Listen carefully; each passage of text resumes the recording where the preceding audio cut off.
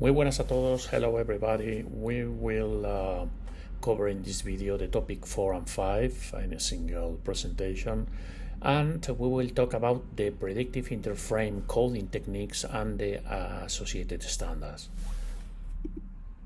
So the first part of the presentation will deal with the interframe prediction and coding techniques.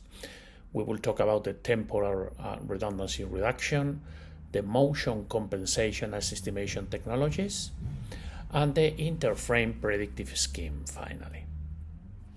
So what's the temporal redundancy? What does it mean?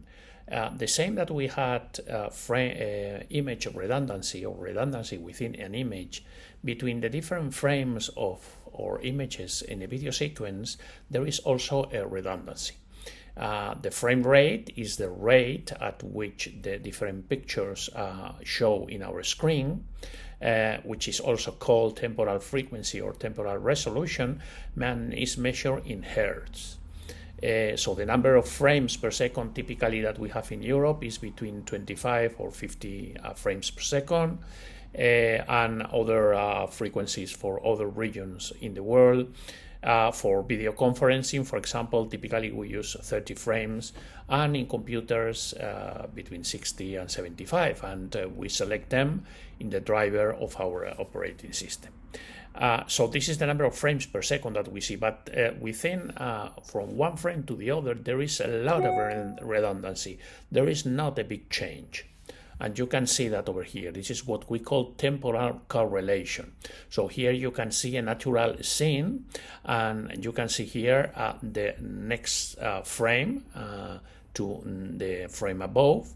And if you subtract both frames and you just show the residual of this subtraction, you can see that basically it's almost zero everywhere, but just in some slight little areas around.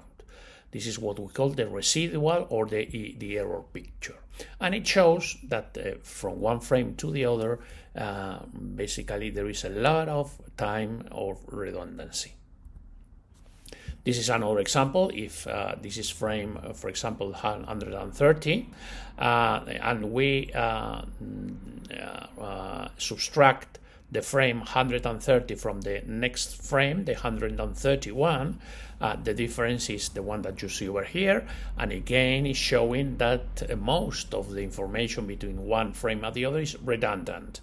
However, if you, instead of getting the residue between frame 130, you go and get the residue from 100 and let's say 35, you can see that this residue is no longer zero almost everywhere, but you start to see changes. So this is telling us that, of course, there is temporal correlation or redundancy, but this redundancy has a certain validity or a certain application in the number of frames away from the current frame. So the simplest time prediction, or what is called interframe prediction, is just subtracting a frame with the previous frame. And this is good for areas which are static, but when you have areas within the image that change a lot, this will generate a lot of errors. So there is a much smarter way, which is what is called the motion estimation and the motion compensation. And it's another way to predict this redundancy, but in a much smarter way. So the motion estimation, motion compensation, MEMC in short, has a first stage, which is ME, motion estimation, which is just take the image and divide it in square blocks of different sizes depending on the standard, and then search for each of those blocks the block that best correlates with other blocks in previous frames or in next frames. And so you encode not the frame itself, but the difference in position of the current block and the one that was selected as a reference block. So this difference in position is called MB, or motion vector. This is the first stage. The second stage is just doing interframe prediction of this motion vector. Let's see an example.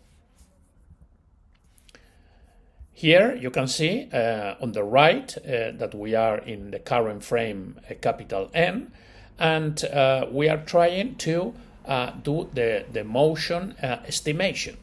So how do we do that? We search the areas of the image that correlate with previous frame. Here on the left is the previous frame. Let's take an example of the block which corresponds to this wheel. If we go to the previous frame, we find the wheel in a different position. Okay, so what we do is just, instead of coding in the current frame the full wheel information, we just code the information that the wheel has moved from this position to that position. And the coding of this is done with a vector that is the motion vector. So by coding just the motion vector and not the full wheel, we save a lot of space and we achieve a right compactation. So each standard defines the specific block sizes for where the searching is going to take place. And the number of bits that define the motion vector depends on how big this search range is. Typically, there is a plus or minus 16 pixels around the current frame where you will perform the search in the previous or in the next frame. And for this search, you will the size of the vector will be around 5 bits. So most of the standards allow this searching for the block, but not only in the past blocks, but also in the future frames that in theory have not been coded, so therefore are not available for the decoder. And the way to do that is with a trickery that we will see now, which is what we call the B-frames. The frames that are used in the temporal prediction are of two types: P-frames and B-frames. P-frames, the P comes from predicted pictures, and they are frames that include only a unidirectional prediction. So they only use as a reference for the searching of the objects only the frames that have been already coded. Okay, so if we are in frame N, they will use frames that are previous to the frame N. Of course, this is already an improvement compared to doing no prediction at all. A frame that is not predicted at all, so the full frame has no prediction, so everything is encoded with the compression techniques that we have seen before in previous chapters. These are called I-frames, and the I comes from intra-prediction. The proof frames, they are used in applications which require very low delay. Why? Because as these are frames that have already come to me, I have already them in my memory, so I don't need to wait for future frames to arrive to make the prediction. And because of that, the delay or the latency is very low. And then we have the B-frames, B coming from bidirectional. And in this case, B-frames use prediction of frames which are prior to the current frames, so frames that have already passed, but also frames that are after the current frame. Okay, obviously for this what we have is a memory where we store not only the current and the past frames but also future frames, and then we do this prediction using the full memory. These B-frames are the most efficient if the motion estimation is good, because at the end what you get is the you get the lowest bit rate.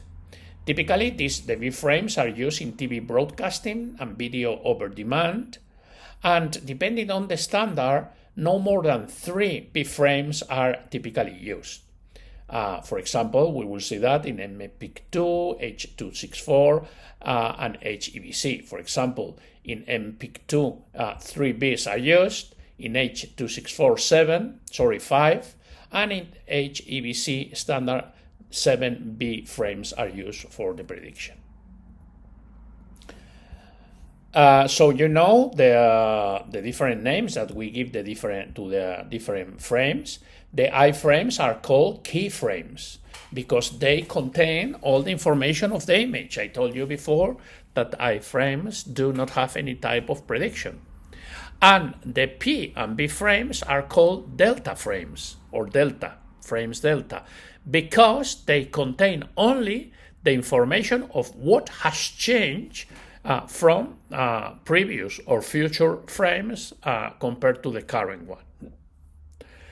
Moreover, I and the P frames are called anchor frames as well, and the images between two iframes, between two keyframes, is called a group of pictures. Let's see some pictures here, some example. For example, here in the picture here, you can see that all the different frames are iframes. So this is a great structure for ultra-low delay, because as soon as you receive the different frames, you can decode them and show them to the customer or to the viewer, and basically the delay is less than 1 frame. This is called an I structure, and sometimes is coded with 2 numbers, n equal to 1 and m equal to 0. N means the number of the size of the group of pictures. In this case, the group of pictures is just 1 because there is just 1 individual iframe. And m equal to 0 is the distance between anchor frames. As all the frames are iframes, the distance between anchor frames is 0. In the next example, we have low delay, a little bit more of delay, because we use, as you can see, 3 P frames between 2 iframes. What this means is that, for example, for this P frame, we will use the information of the motion estimation coming from the iframe, as this arrow shows. For this P frame, we will use also the information from this anchor frame, this iframe. And for the last P frame, we will use the information from the anchor frame, the first I, and the same in the next frames. This is called an APPPI structure for obvious reasons, and in this case, the group of picture size is 4.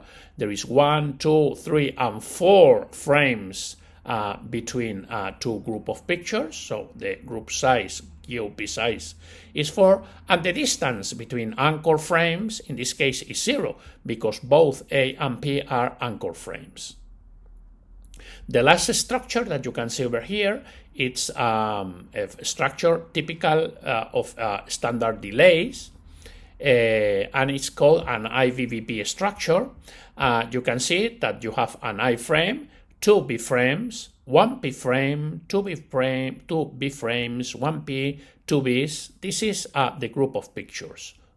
And you can see, for example, for this B frame, you get the information for the motion estimation coming on one side from the previous iframe, but also the information coming from this P frame, as this arrow shows. Because it's a B frame, it uses information from past and for future anchor frames. And this is done for each of the different frames. This is a frame and a structure with N9. The group of picture size is 9, and the distance between anchor frames, in this case between this I and this P, is 3. 1, 2, and 3.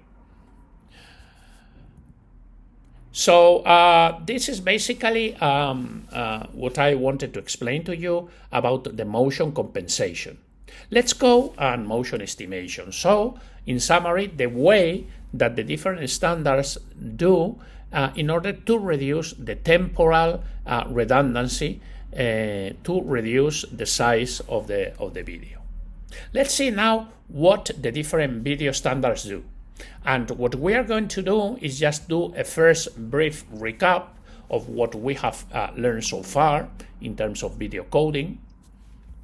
So first, a little bit of history here. Since the 80s, video compression started, and there have been always two organizations that have come up with standards for video coding.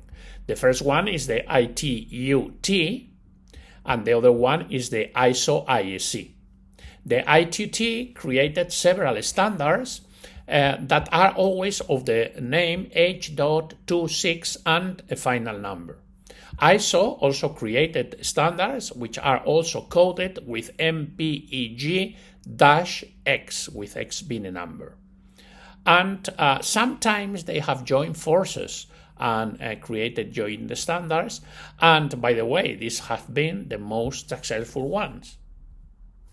This is a brief or a simple picture of how the different standards have been evolving since the 80s well, in this time is 2013, but let's say for medical images, this is the relevant part. Of course, between 2013 and today, which is 2023, during these 10 years, things have happened, but not so much in the area of medical images and medical videos.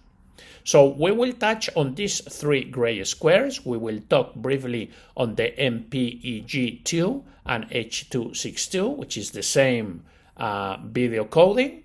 Then we will talk about the MPEG4 part 10, which is the same as the H.264 or HEVC compression system. And finally, we will talk about the HEVC or H.265.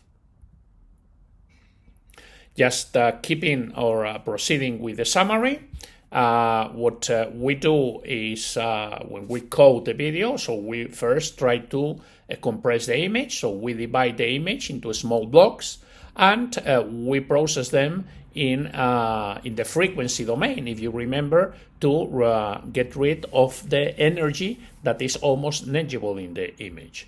In the first generation of standards like H.261, 263, MPEG1 and MPEG2, these blocks are called MBs, macro blocks, and the size of these blocks were around 16 by 16 pixels, or they were of 16 by 16 pixels wide.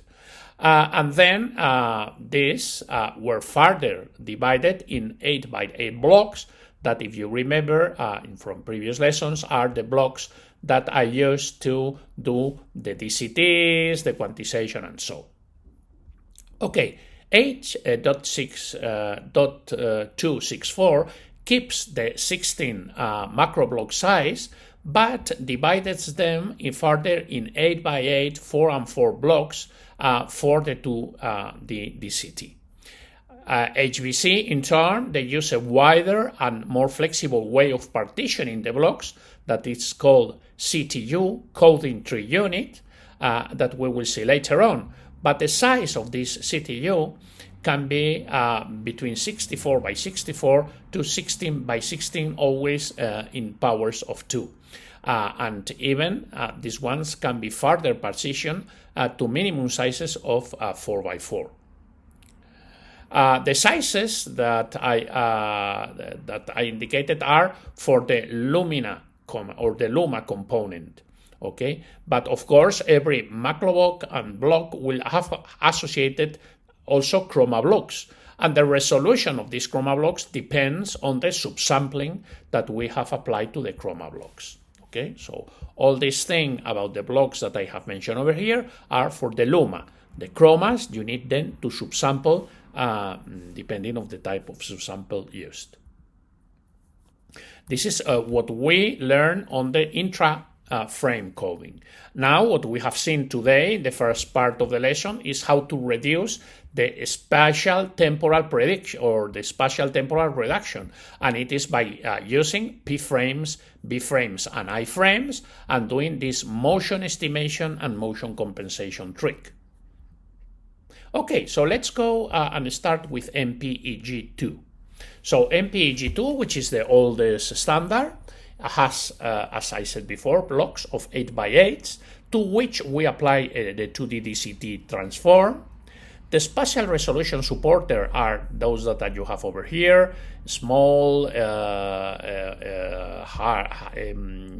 high definition, small definition. The depth of the pixels is here, is 8 bit per pixel.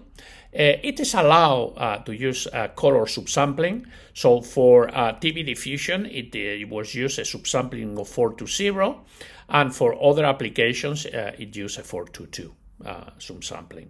The temporal resolution is 25 frames or 30 frames. The scanning of the image to convert an image into a digital image was either progressive or interlaced. Progressive or interlaced concepts that I don't want really to go into the details now, because as of today, typically the images are directly digital, so no scanning is needed.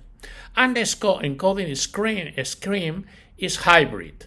Hybrid meaning that there is motion estimation and motion compensation, and the number of the number of cells that you can jump to look for a similar frame can be an integer number of bits or a half number of bits, or a pixel, sorry. The group of pictures in MPG2 are type E, type I, type P, and type B, and typically with a scheme of M3 and N12. The entropic coding used is RLC with BLC with Hammond tables, as we saw before, and the bit rate for TV, for example, for TV broadcasting was up to 15 megabit per second, but other applications could pump up this bit to 100 megabit per second. Here I put you some of the profiles, the typical profiles used in MPEG-2. I won't go into the details for that. Just to tell that DICOM, remember the medical standard, uses the profile that is called HL, and this profile has all these functions or all these alternatives that you can see over here for several frame rates, for several colorimetric interpretations, spatial resolutions, bits per pixels, and frames used. The aspect ratio is always in DICOM 16:9. Okay, let's move into H264 or MPEG-4 part 10. This is a standard that also has a high profile that is called with two levels, level 4.1 for high definition TV, HD TVs, and also the level 4.2, which encodes 3D, which is, a type of TVs that you can use them to see 3D images. These are the different configurations of the profiles that you can use to encode in this standard. The main characteristics of H.264 are captured here. The spatial resolution covers all formats up to 4K. The pip depth is 8 or 10 bits per pixels, or even 12 bits per pixel for a 4:4:4 subsampling. The color subsampling is any, as you can see over here. Typically, 4:4:4 is used for TV diffusion for professional applications. The macro block is 16 by 16, the macro block used. However, this can be further divided in 8 by 8 or 4 by 4. The time resolution can be even up to 60 frames per second with resolutions of 4Ks. Again, the scanning, I won't go into this. The encoding scheme is hybrid, the same. You can have integer vectors for motion estimation, but also you can have non-integer vector estimations. The transformation to do to the DCTs for by 4 for the main profile, or over an 8 by 8 or 4 by 8 blocks for higher profiles. The group of pictures can be type I, P, and B frames, and the tropic coding also is RLC plus BLC with Hammond tables, and in this case also can be used adaptive arithmetic coding. The bit rate allows a wide range of bandwidths. up to getting, you can see over here, 960 megabit per second. Here you can see several intra-frame predictors for this standard. You can see, for example, if we have blocks of 16 by 16, there are 4 prediction modes. If the blocks are 8 by 8 or 4 by 4, there are 9 prediction modes that you can use for the intra-frame prediction. The motion estimation and the motion compensation in H.64 is interesting because you can do the motion estimation, motion compensation in smaller block sizes in order to better adapt the image to the content. So areas with less change between one frame and the other, you can do the motion estimation and motion compensation in bigger blocks, but the areas which change more from one frame to the other, you use smaller frames like 16 by 8, 8 by 16, or 8 by 8. And even the 8 by 8 can be further partitioned. Here you can see 2 different macro blocks and the way that they can be partitioned, as you can see, in different shapes and in different sizes, depending again on how is the movement or how quickly move one frame to the other information. This is an example. This is the entry frame, and this is frame is compressed and decompressed, and this is the frame reconstruction that is used with the prediction of the standard. The difference between the initial and reconstructed frame is this one. This is like the residue, the error that we come up with this. And here you can see the motion vectors, the vector prediction of motions between one frame and the next, which at the end is what we use to encode a P frame or a B frame. Okay, let's finish with the last standard, HEVC, or also H.265. In this case, we are going to describe the levels 5 to 1, because this is the level that allows encoding video up to resolutions of Ultra HD, which you know is a format that we are starting to see even in TV programs. This level 5.1 supports 2 profiles, the main, which supports 8-bit per samples, or the main 10, which supports up to images with 10-bit per samples. And here you can see further details for these 2 profiles. The big, important, interesting point of HEVC is that they no longer talk about blocks on micro blocks or on macro blocks, but they talk about coding tree units. What's coding tree unit? Well, a coding tree unit is a way to partition the image in a way that is adaptive again to the information, temporal information that we have in each frame. Here you can see the image on the left is partitioned, and you can see that it's quite depending on the amount of changes or variation that you have in the image. Areas which don't change a lot have bigger blocks. Areas which change a lot, they have smaller blocks. And this is what is called, this way of compressing the image is what is called in HEVC coding tree units, CTUs. Not only that from frame to frame, you can even change these CTUs and adapt the shape of the CTUs to how the image is evolving. So at the end, what you do is you improve the quality of the prediction in the motion compensation stage, because you adapt the shape, the size, and the position of each block depending on how the different objects are moving.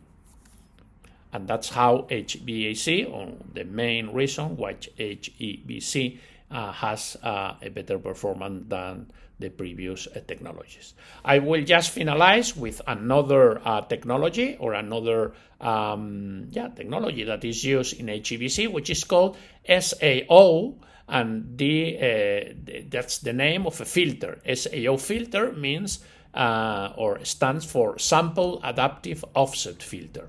And what the SAO filters or the SAO filter does is that it removes the blocking artifacts. Remember the blocking artifacts that we presented in previous lessons that we know that appear during the quantization of the spectral coefficients. And the SAO filter helps to remove these artifacts, this blocking. How do they do? Well, I won't go into the details. Basically, some offset numbers are added to the values of certain images, of certain pixels of the images after decoding.